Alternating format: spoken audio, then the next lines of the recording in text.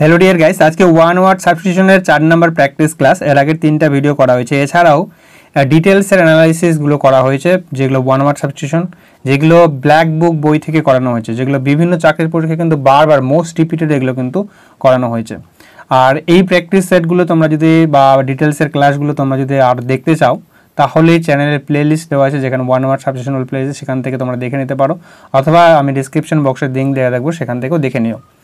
এগুলো কিন্তু যে কোনো চাকরির পরীক্ষা, সেগুলো সেন্ট্রাল বলো আর যে কোনো স্টেটের চাকরি বলো, যেখানে ইংলিশ রয়েছে সেখানে ইংলিশ ভোকাবুলারি প্রায় থাকে।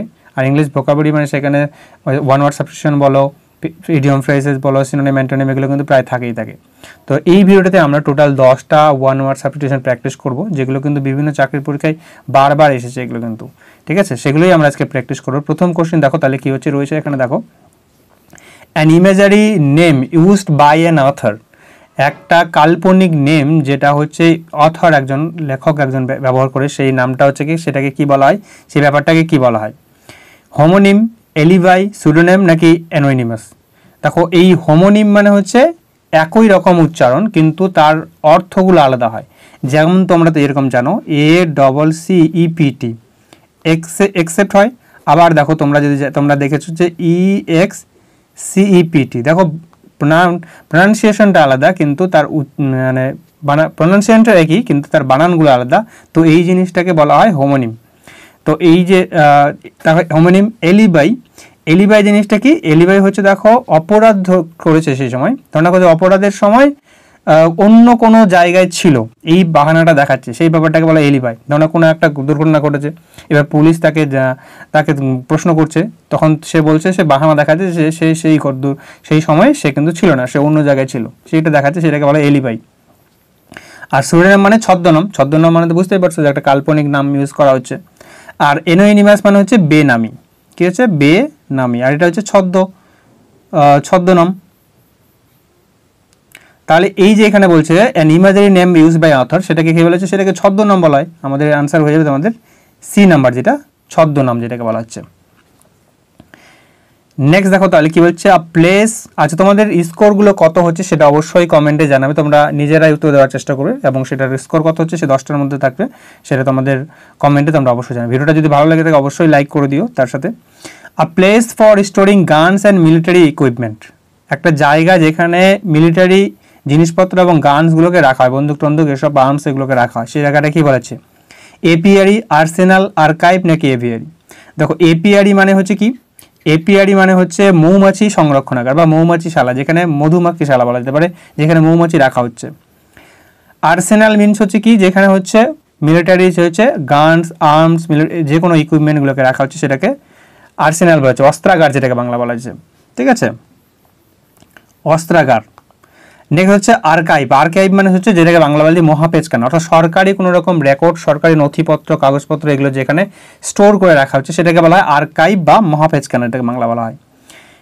আর এভিয়ারি মানে হচ্ছে যেখানে বার্ড রাখা হয়, পাখি যেখানে রাখা হয়, সেখানে বলা হচ্ছে আর্কাইভস। আর এখানে হচ্ছে কি? মৌমাছি রাখার জায়গা, এপিয়ারি। দুটো কনফিউশন করবে না, এপিয়ারি হচ্ছে মৌমাছি আর এভিয়ারি হচ্ছে বার্ডস। এবার হচ্ছে যেখানে বন্দুক এবং মিলিটারি ইকুইপমেন্ট রাখা হয়, সেটাকে বলা হচ্ছে তাহলে কি? আর্সেনাল, যেটাকে অস্ত্রাগার বলা হচ্ছে। অপশন নাম্বার বি নাম্বারটা। নেক্সট দেখো 3 নম্বরের question, one who is great lover of books, যে কিনা বইকে খুব ভালোবাসে, তাকে কি বলা হচ্ছে? বিবলিওফাইল, পেডোফাইল, জেনোফাইল নাকি লোগোফাইল? কি হচ্ছে বিবলিওফাইল?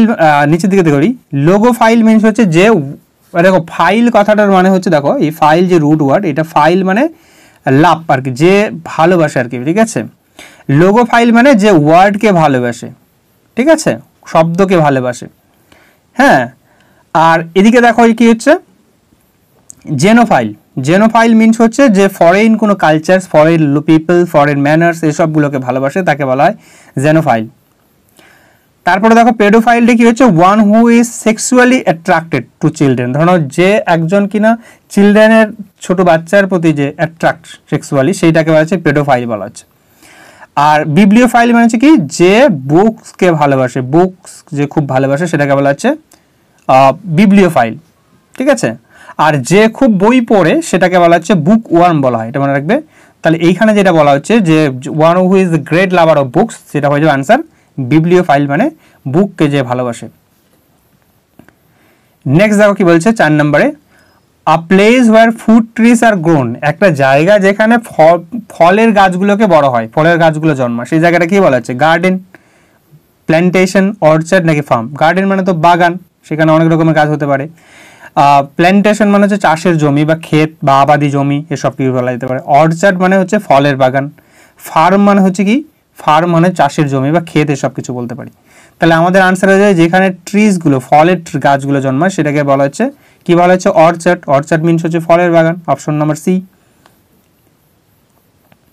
নেক্সট দেখো তাহলে কি বলছে, that which can not B satisfied, যে কিনা স্যাটিসফাইড বা সন্তুষ্টি হয় না, সন্তুষ্টি করতে পারে যেটা, যাকে করা যায় না, তা কি হচ্ছে? ইনক্রেডিবল, ইনক্রেডিবল, ইনসেসেবল, ইম্পরেবল, ইমপ্রবেবল, ইম্পসিবল। তো কি দেওয়া হচ্ছে দেখো, ইনক্রেডিবল মিনস হচ্ছে, ইনক্রেডিবল মিনস হচ্ছে দেখো কি অবিশ্বাস্য, আর ইনসেসেবল মিনস হচ্ছে যেটা অসন্তুষ্ট, মানে সন্তুষ্ট হয় না আর কি, অতৃপ্ত বলা যেতে পারে। ইমপ্রবেবল মিনস হচ্ছে অসম্ভাব্য, আর ইম্পসিবল মানে অসম্ভব আর কি। তাহলে যেটা বলছে that which can not B satisfied, যে সন্তুষ্টি হয় না, তাকে কি বলা যেতে পারে? তাকে ইনসেসেবল বলা যেতে পারে। হ্যাঁ, বি নাম্বার অপশন। নেক্সট দেখো কি নাম্বার 6 নাম্বারটা দেখো, people who enjoy social company, যে কিনা সোশ্যাল কোম্পানিকে পছন্দ করে, দলের মধ্যে থাকতে ভালোবাসে, দলের সঙ্গে সবসময় তার আনন্দ লাগে থাকতে, সেইটাকে বলা হচ্ছে দেখো কি? গ্রেগারিয়াস, আনএনিমাস, গর্জিয়াস নাকি হার্বিভরাস? দেখো হার্বিভরাস মানে তো তৃণভোজী, যে ঘাস পাতা খেয়ে বেঁচে থাকে, তাকেই বলা হয় তৃণভোজী। গর্জিয়াস মানে কি? গর্জিয়াস মানে তো চমৎকার, দারুণ, আকর্ষণীয় সব কিছু বলা যেতে পারে। আনএনিমাস হচ্ছে মানে সর্বসম্মত বা একমত আর কি, ঠিক আছে, সবাই সম্মতি জানিয়েছে বা একমত হয়েছে সবাই, ঠিক আছে, এই ব্যাপারটাকে হচ্ছে আনএনিমাস। আর গ্রেগারিয়াস মানে কি? দলপ্রিয়, যে কিনা দলে থাকতে মানে ভালোবাসে, দলে থাকতে, দলের মধ্যে থাকলে তার আনন্দ লাগে। হ্যাঁ, people who enjoy social companies. তাহলে আনসার হয়ে যাবে, এটার আনসার হয়ে যাবে এ নাম্বারটা। নেক্সট দেখো কি বলা হচ্ছে, one who it's too much, যে কিনা খুব বেশি খায়, তাকে কি বলা হচ্ছে? ওভারওয়েট, গ্লাটন, কর্পিউলেন্ট নাকি অবিস? তো ওভারওয়েট মানে কি হচ্ছে?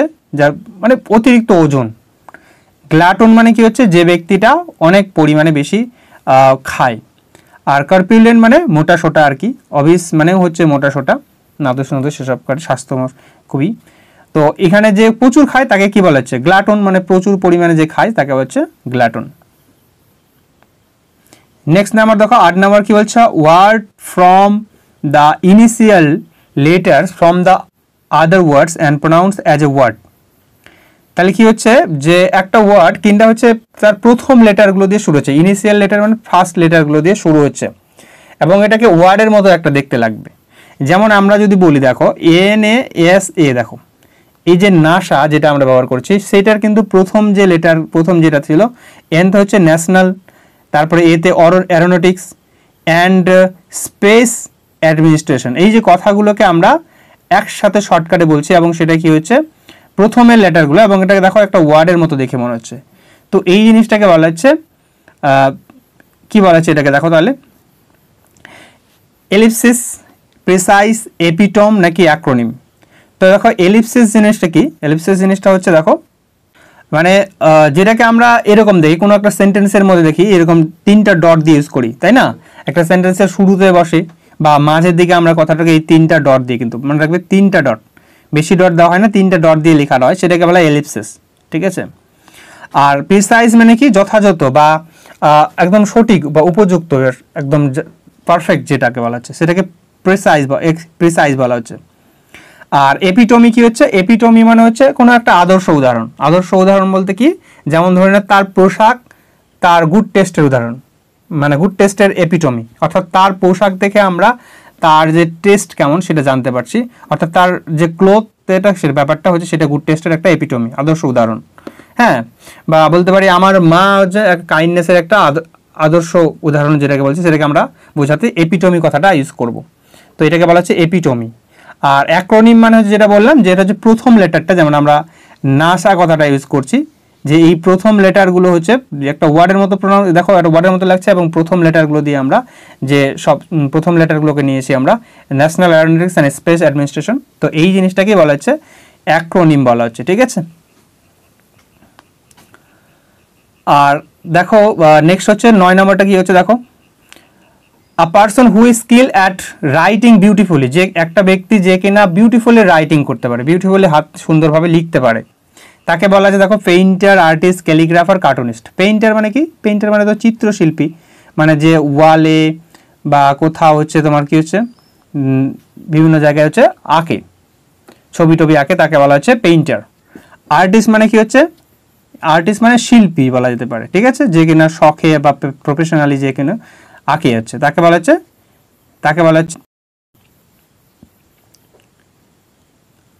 হচ্ছে শিল্পী, তাই তো।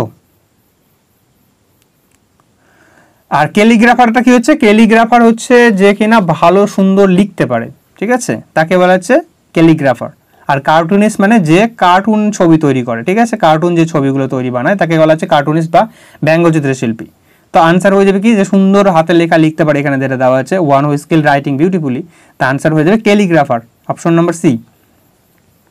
দেখো তারপর হচ্ছে 10 নম্বর, এটা আজকের ভিডিওর লাস্ট কোশ্চেন, তোমাদের 10 নম্বর, যেটা 10টা করেই এখানে ভিডিওগুলো রাখা হচ্ছে, কারণ বেশিগুলো দিলে হয়তো তোমাদের মনে রাখতে অসুবিধা হতে পারে, তাই অল্প অল্প করে দেওয়া হচ্ছে, কিন্তু তোমরা এগুলো ডিটেলস পুরোটা যাতে ভিডিওটা দেখো তাহলে তোমাদের অনেক হেল্পফুল হবে আশা করি। এগুলো কিন্তু প্রত্যেকটা কোশ্চেনে কিন্তু অনেকবার বহুবার রিপিট হওয়া কোশ্চেন, বিভিন্ন চাকরির পরীক্ষা, সেন্ট্রাল বলো, সেন্ট্রালে কিন্তু এগুলো বারবার এগুলো কিন্তু এসেছে, ঠিক আছে। আর এটা এই প্রশ্নগুলো কিন্তু সবই ব্ল্যাক বুক থেকে নেওয়া, হ্যাঁ, যেটা খুবই একটা নাম করা বই ইংরেজি ভোকাবুলারির জন্য।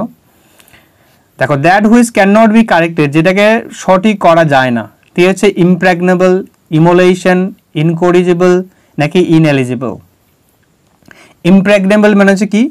That which can not taken by force, যেটাকে জোর করে আদায় করা যায় না। ইমোলেশন মানে কি বলা হচ্ছে? ইমোলেশন মানে হচ্ছে বলিদান করা, আত্মদান করা, ঠিক আছে, এইটাকে করা, সমর্পণ করা, সেটাকে বলা হচ্ছে ইমোলেশন, বলিদান করা। বলিদান করা হবে না, বলিদান হবে, যেহেতু এটা নাউন হিসেবে রয়েছে।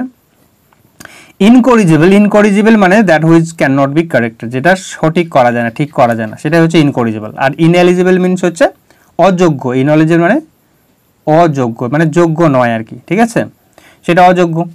তাহলে এইখানে যেটা আনসার হয়ে যাবে তোমার incorrigible, that which can not be corrected, যেটা হচ্ছে যেটা ঠিক করা যায় না, ইনকরিজিবল অসংশোধনীয় বা অশোধনীয়, যেটাকে শোধন করা যাবে না।